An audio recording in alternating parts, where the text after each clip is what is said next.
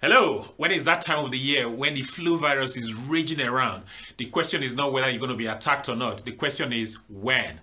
So with that in mind, what can you do to actually prevent a flu attack? That's what's coming up next, so stay tuned and I'll see you after the channel intro. Now for today's 2020 idea to better health, please welcome on stage Dr. Joe. Hello, welcome back. I'm Dr. Joe of the drjoe.com. So, when you see this, and this, and this, and even this, what does that tell you? Well, it tells you it's flu time, it's flu season. So, knowing it's flu season, what can you actually do to prevent a flu attack? So that's what this video is about. It's about how to prevent a flu attack. There are two approaches. There is the food approach. That refers to foods that you can actually eat that will help you to prevent a flu attack. That's a video I'm going to be doing sometime soon, so look out for that. But in this video, we're going to be taking the non-food approach. So we're going to be talking about how to prevent a flu attack using the non-food approach. So let's start off with the obvious. The first tip is, well, you should wash your hands more often or use hand sanitizers or combine the two actually. Well, it's very obvious. When it's flu season, you're going to have the flu virus hanging around everywhere, door handles, the railings on the train, stairwells. What you can do to help yourself is to just wash your hands more often and use hand sanitizers. The idea behind that is by doing that, you are decontaminating yourself. That way, you'll be protecting yourself as well. So that's the first tip. The second tip is you need to actually slow down on your alcohol consumption during the flu season. I know this tip is not going to be popular with a lot of you, but the truth of the matter is that alcohol has a significant negative influence on the quality of your sleep. Yes, alcohol will make you fall asleep quickly, but in the same vein, alcohol actually does affect the quality of your sleep negatively. You don't wake up feeling refreshed, and you need that good quality REM sleep for you to wake up feeling refreshed and for you to get the physical and mental health benefits that sleep actually provides, and alcohol will interfere with that. I've done a video on this subject. If you need some more clarification on it, the video should be up there. When you finish watching this video, click on it and then go watch that video for more elaboration on the subject. And that brings me on nicely to the third tip, which is that you should be looking to get about good 8 hours of sleep every night. The reason for this is research has actually shown that if you sleep for less than 6 hours, this weakens your immunity. And on the flip side, when you get good 8 hours sleep will facilitate the availability of T cells in your body. And T cells are a kind of white blood cells that will help you actually fight infection.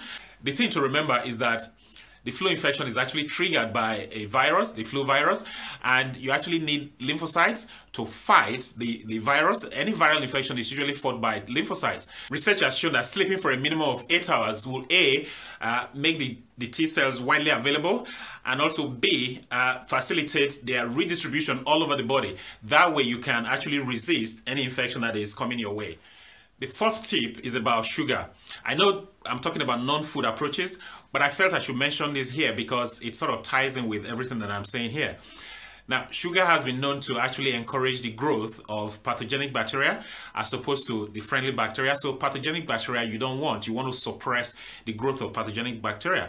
But sugar does the exact opposite of that. Sugar encourages the growth of pathogenic bacteria, and that in turn weakens our immune system.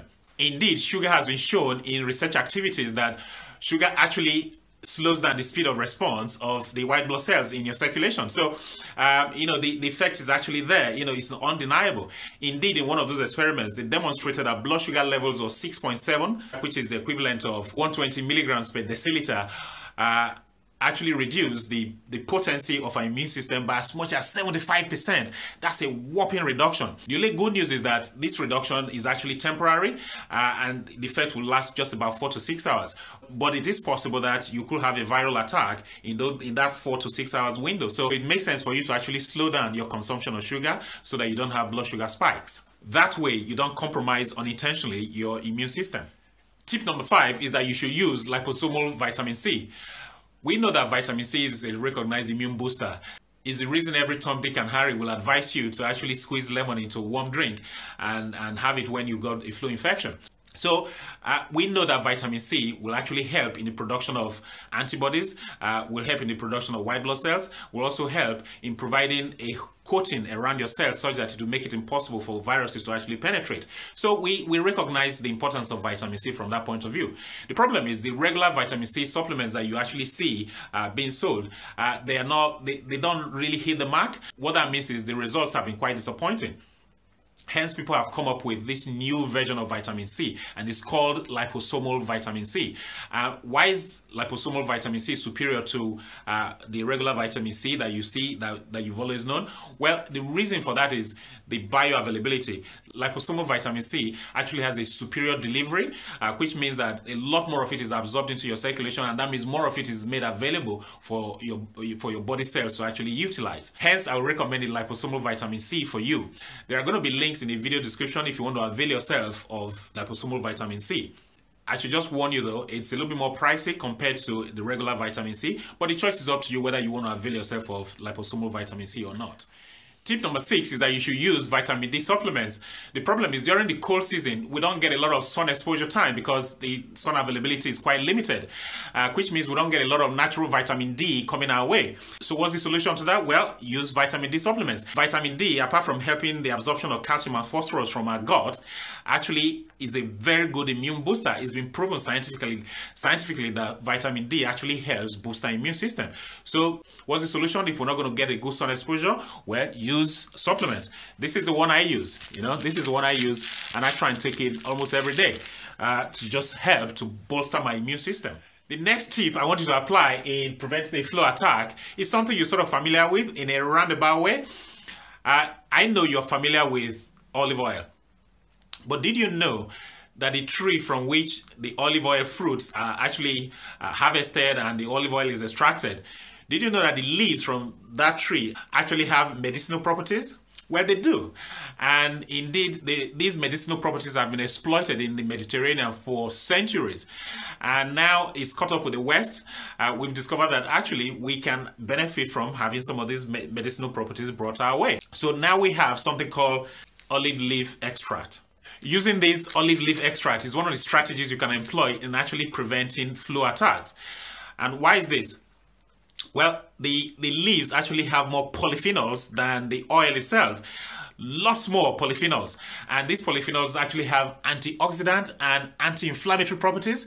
Hence, the olive leaf extracts are superior to the virgin oil, and that's the reason I've got into it and now be using it. I'm going to leave links in the description if you want to get one of these for yourself, olive leaf extracts. I'm going to leave links in the description for you to avail yourself if that's something you fancy. By the way, this has been tested in lab. They found that olive leaf extracts can actually modify the immune system positively.